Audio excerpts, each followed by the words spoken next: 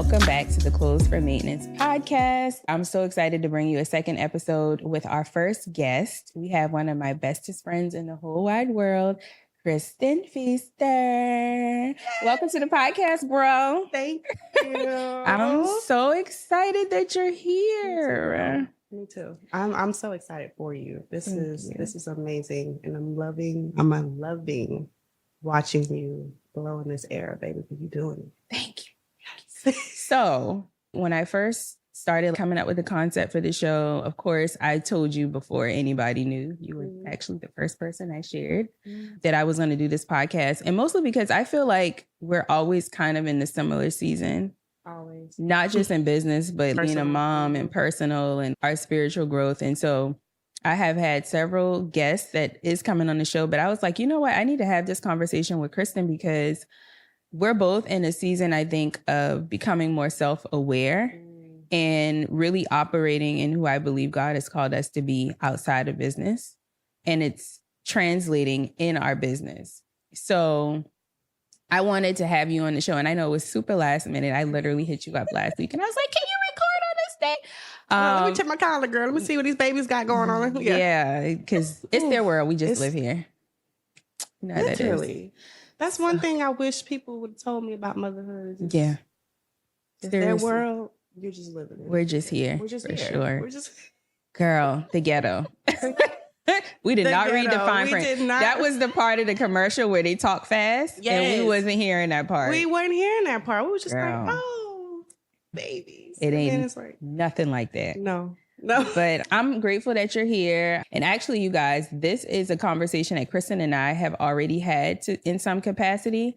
I remember I was coming home from work one day, maybe about a month before this podcast aired.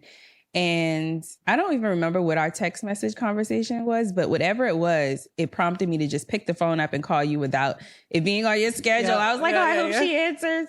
Oh, this is perfect timing because the babies just went down. What's up? Yeah, and I didn't even care, honestly, if the babies weren't. I just needed to talk to you in that moment about just kind of where I was in life and feeling incredibly responsible now for how I show up. Not just as an entrepreneur, but as a human. And how just looking back at how we've affirmed certain things over the years, but actually living and believing it now. And how it is very important to know who you are and be aware of who you are outside of all of the things that's in our resume or in our bio, because that's really what's going to catapult you to the next level. First of all, before we get into that, introduce yourself, because I'm acting like y'all know who Kristen is. But as I said, Kristen is one of my good friends. But tell them who you are so that they know. Well, my name is Kristen Feaster. I am an entrepreneur. I am a wife. I'm a mom of 2. And I am very passionate about soul care, self-care, and growing spiritually. And that's kind of where I am right now. And yeah, I don't know what else to I feel like right. We've talked and been on each other's platforms so much. It's kind of like they know you. They know. They're like, y'all know me already. Don't act like that. But for those who are listening and seeing you for the first time, I wanted them to get a little history. How we met, real quick. I found Kristen on Instagram. She is the best photographer for Black women ever. And I was in that phase of my brand where I really didn't know what I was looking for. I just knew I needed some cute pics for Instagram. And so I hit her up and booked a shoot with her.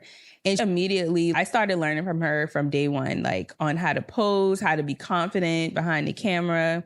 And that literally grew our friendship. Like Kristen is one of my best friends because we talk about everything.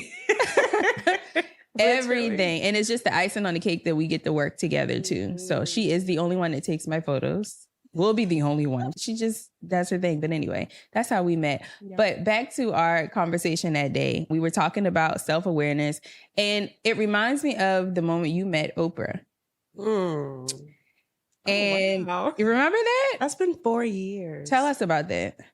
Oh my gosh. Okay, so it was the 2020 Vision Tour before the pandemic hit, before the world just shut down. And so it was just perfect timing because that was everything that I needed, not knowing going into what we were about to deal with. And so we were on the front row. I think my mom and I, we went, and someone else was actually on the stage talking because she brought on all these speakers and performers and stuff like that. And someone else was on the stage, and what they were saying was just resonating with me so deeply. And you know how I am. I'll be like, oh, yeah. Yeah. And Oprah was actually sitting on the side. Like she was just sitting like on the stairs to go up on the stage. And she was just engaging the audience and watching how people are connecting with the people who are on stage and stuff like that. And she looked at me and she was like, this is good, ain't it? I was like, ooh, I can't imagine the tingles that was in your body. Like, that's so crazy.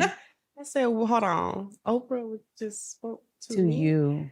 And I was like, yes. And just kept listening. And then once it was over, she came out to the audience to go to the next segment or whatever. But she actually stopped and came to me, gave me a hug, like one of those hugs that is just the warmest embrace, and said, I feel your energy. You have something special. And when she said that, I feel like my world just stopped for a moment to make sure that I could be present in that moment and take whatever energy, whatever words that she was pouring into me, whatever it was, I needed that. Yeah. I needed that so deeply. And I was blown away. I don't think I had any other words to say that the rest of the day. I was just like, you felt like you were floating all day after that.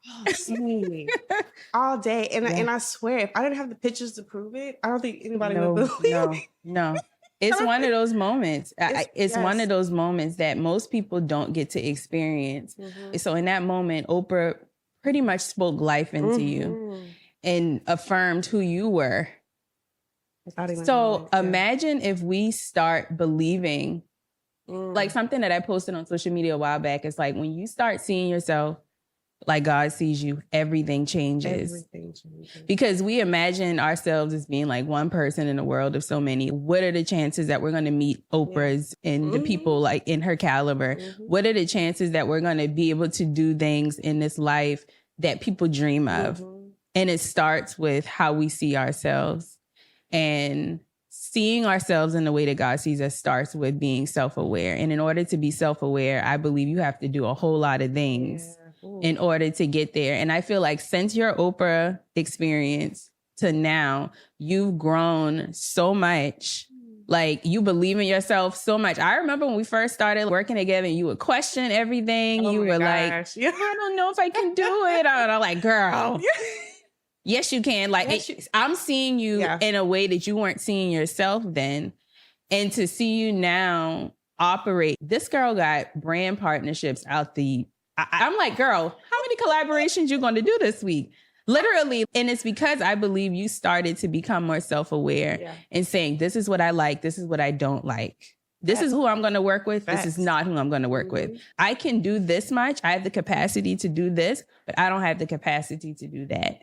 Absolutely. And when you start operating in that way, I just think it changes what you attract. It changes the opportunities. I'm telling you, you went from like 0 partnerships to you seem like you have a new partnership or collaboration every week on Instagram. So y'all make sure y'all go run up the likes on my girls. Please like, comment, and share, please. Yes. So just being aware and seeing yourself how God sees you in this season, I think for all of us is super important. Do you have any things that you started implementing to become more self-aware? That's a good question. To be honest with you, I had to sit with myself and reflect on my actual weaknesses because I think that's how you become self-aware. Like, okay, how are you being disobedient? How are you procrastinating? How are you being unproductive? Things like that. I had to really, because baby, one time I felt like I was on the go, doing all the things, traveling here and there when I was heavy in photography, but I just felt so lost and unproductive and burnt out all the time. And I was like, something's not aligning. Yeah. What's going on? And it took a lot of self-reflecting to figure out What is me? What do I like? What is good for me? What is actually serving me?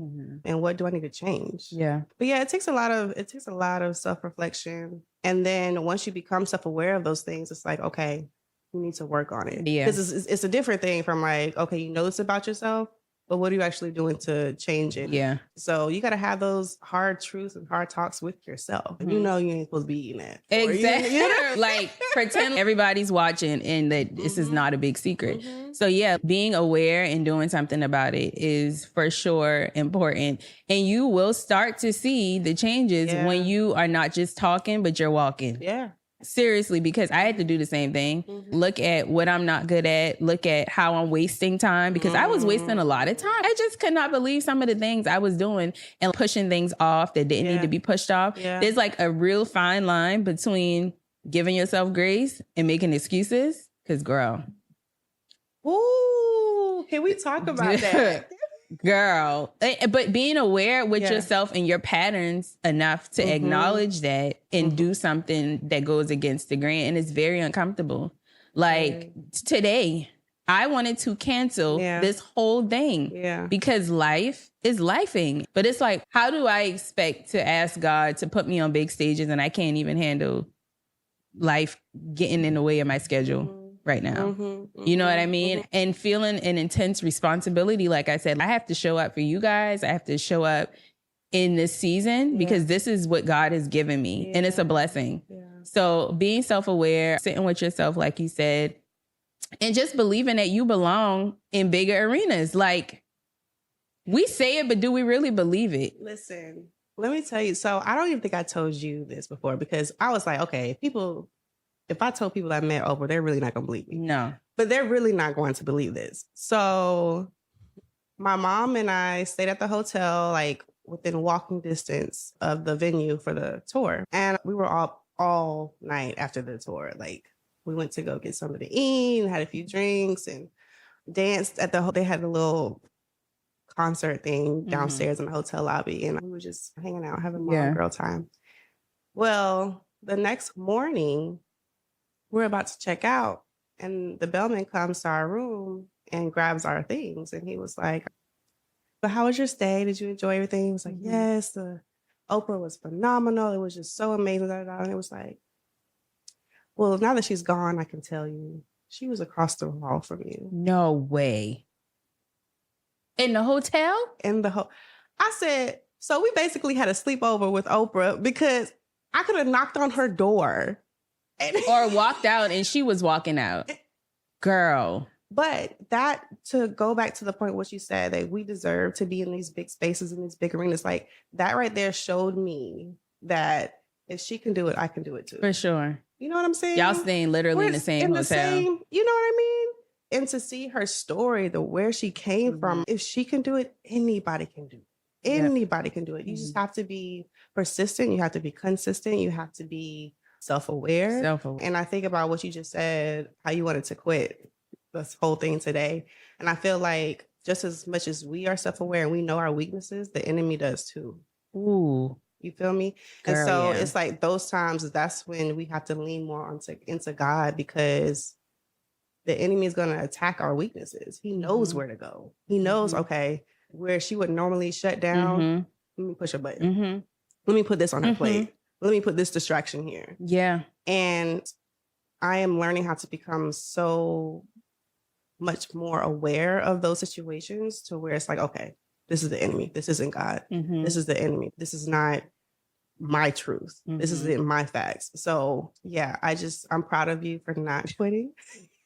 The ghetto. It was real ghetto this morning.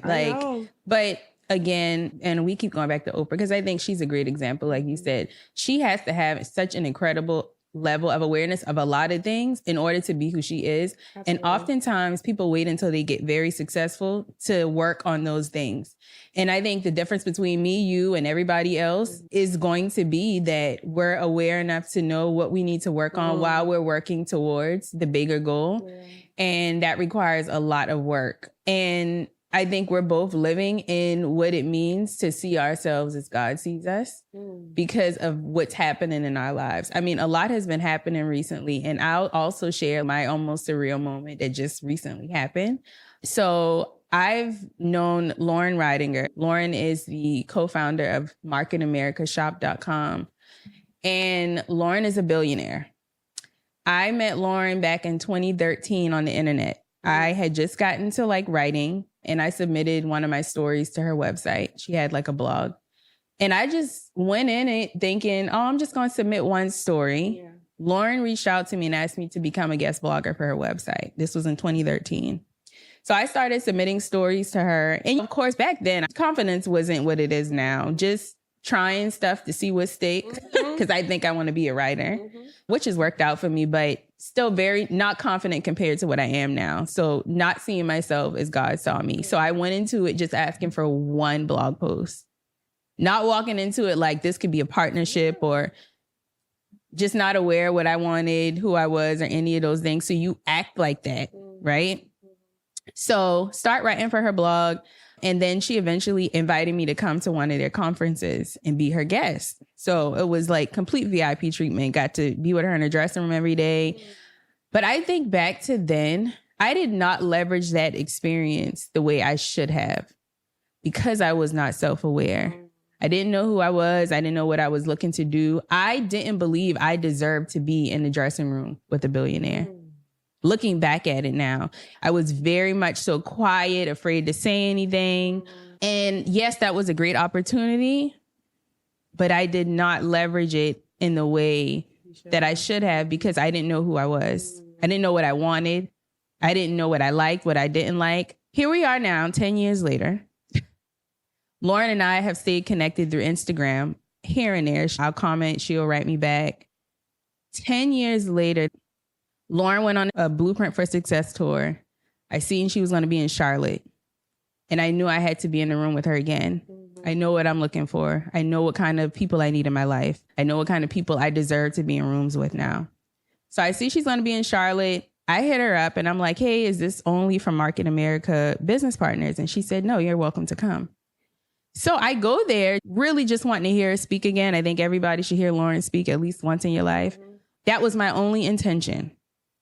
I get there, I check in, I get there early, I check in and I just go to sit down and have my coffee by the bathroom. And this lady walks up to me, come to find out she is the VP for clinical education and product development for Market America. She knew who I was. She walked up to me and she's like, are you Natasha? And I'm on the phone with a friend at the time and he's like, go ahead and talk because he keeps hearing like, and he's like, go ahead and talk because I hear she probably knows you. So I hang up. She sits next to me. She's like, yeah, Lauren told us you were coming. And I just want to make sure that you're well taken care of. Would you like a coffee or anything? What? So now I'm like, the old me wants to crawl in the shell and this can't be. But I embraced it. And I'm like, these people know who I am. So she brings me a coffee. We start talking about this podcast and we talked about the kidney transplant and blah, blah, blah. She introduces me to other people and she's like, well, Lauren has a seat for you up in the front.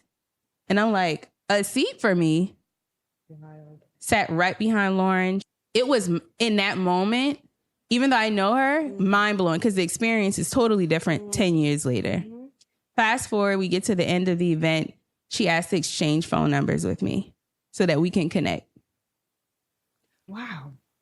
And God knows, I don't know what's going to come of it. Yeah. But the fact that I believe that I belong in Lauren's phone and that I can add just as much value to Lauren's life as she can add to mine, even though my bank account doesn't look like hers, I'm in the room with her. And it's because I'm aware. I know what I'm looking for. And that's why you won't see me at all the events. That's why you won't see me having conversations with everybody. It's because when you understand and see yourself, how God sees you, everything changes. So it comes down to the question, I think, of who do you really think you are? And not in a smart way, like growing up. Who do you think you are? But like for real, who do you think you are? Yeah.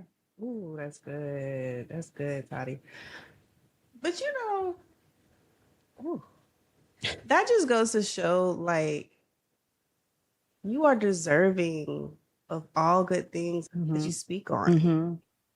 Shoot, not only did did y'all keep in contact, but she made space for you. Made space, yeah. That's wild. She sees me how God sees me. Yes. So if she can, you have to constantly do the work to believe that, because you attract what you believe. It's like we say things with our mouth, but does our heart align with it? That's good.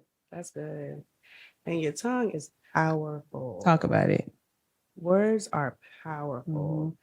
I remember when I was in the thick of postpartum depression, everything that I was saying was negative. I don't have this. I don't have time for this. I'm depressed. I have so much anxiety. I'm isolated. Like, I was saying so many negative things where it's like, okay, the things that you're saying is what you're attracting as well. And so I think it's important for us to remember, even though when you're going through hard things and hard times, that you also must speak life and speak what you deserve, because what you speak, you're going to attract. And when Oprah came and said those words to me, even then, I was going through a rough time. And it's like, I feel like God places people in certain situations in your life for graceful reminders, like who you are. Like, the way we see ourselves sometimes, it's not how God sees us. Right. But he needs to remind you, that's not who you are. This is who you are. This is who you are. And a lot of time, it goes beyond how you feel.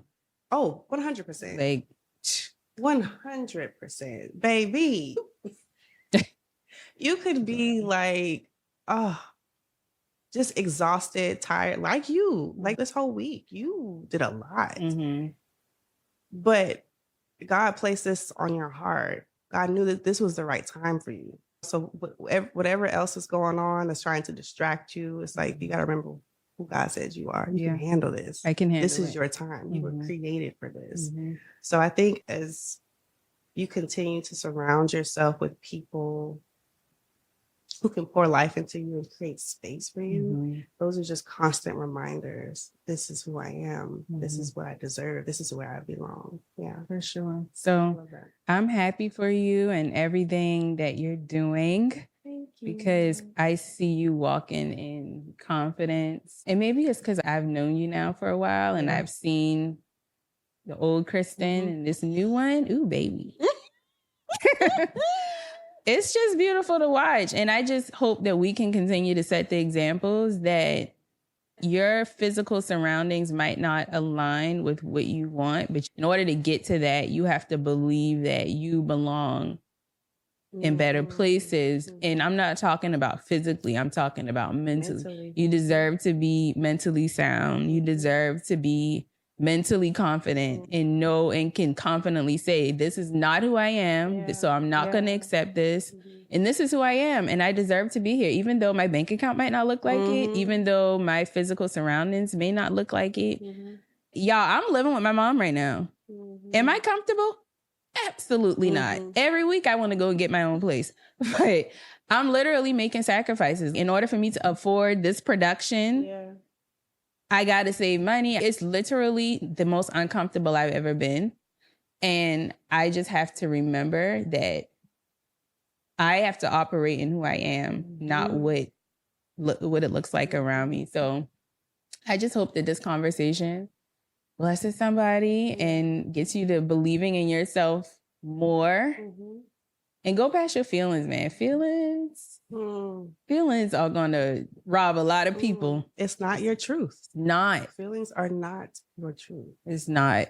It's, you got to push through it. Push through it and lean on God. That's the only way. That's the only way you'll get through it. For sure. Yeah. And having friends and people in your circle who, when you're feeling defeated, like this morning, for example, you sent the most, hey guys, you want me to stop and get you coffee? If you had came into this all drab and like, okay, whatever. I couldn't, because I knew how you were feeling. I was so defeated this morning. I literally, I wanted to cancel and say, well, I don't even care how much money I spent. I just not doing this today. And so just having people around you too that can remind you who you are is very important. So thank you, Kristen, for hanging out with me. I hope that this conversation does what it needs to do. and reach it to what it needs to reach. Absolutely. And I thank you for being a part of my story and for just always pouring into me. I just appreciate you. Of course, I love you. Love you too. Now tell the people how they can connect with you and all that you've got going on. You are doing a lot. So you can follow me mostly on Instagram at This Is Kay Marie. And I have a lot of things coming up, especially for moms. So please follow me and stay tuned for what's to come. Love it. Thank you, girl. So yeah, follow Kristen everywhere. Connect with her. There's plenty more of these types of conversations. So of course, she'll be back on the podcast many times. So this is just one little conversation of many. Right. And my goal is obviously to bring y'all behind the scenes as I grow and as I do things. And so self-awareness and having Kristen in my circle has been a huge part of my Clothes for Maintenance journey. So I thank y'all for watching and listening. Make sure you subscribe everywhere podcasts are available. Make sure you leave a review. Like, y'all have been coming through with the reviews. Like, seriously. And I'm doing a giveaway right now. So make sure you leave a review on Apple Podcasts or on the Clothes for Maintenance Facebook page. All the information will be in the description. And yeah, until the next time, I'll see y'all soon. Bye.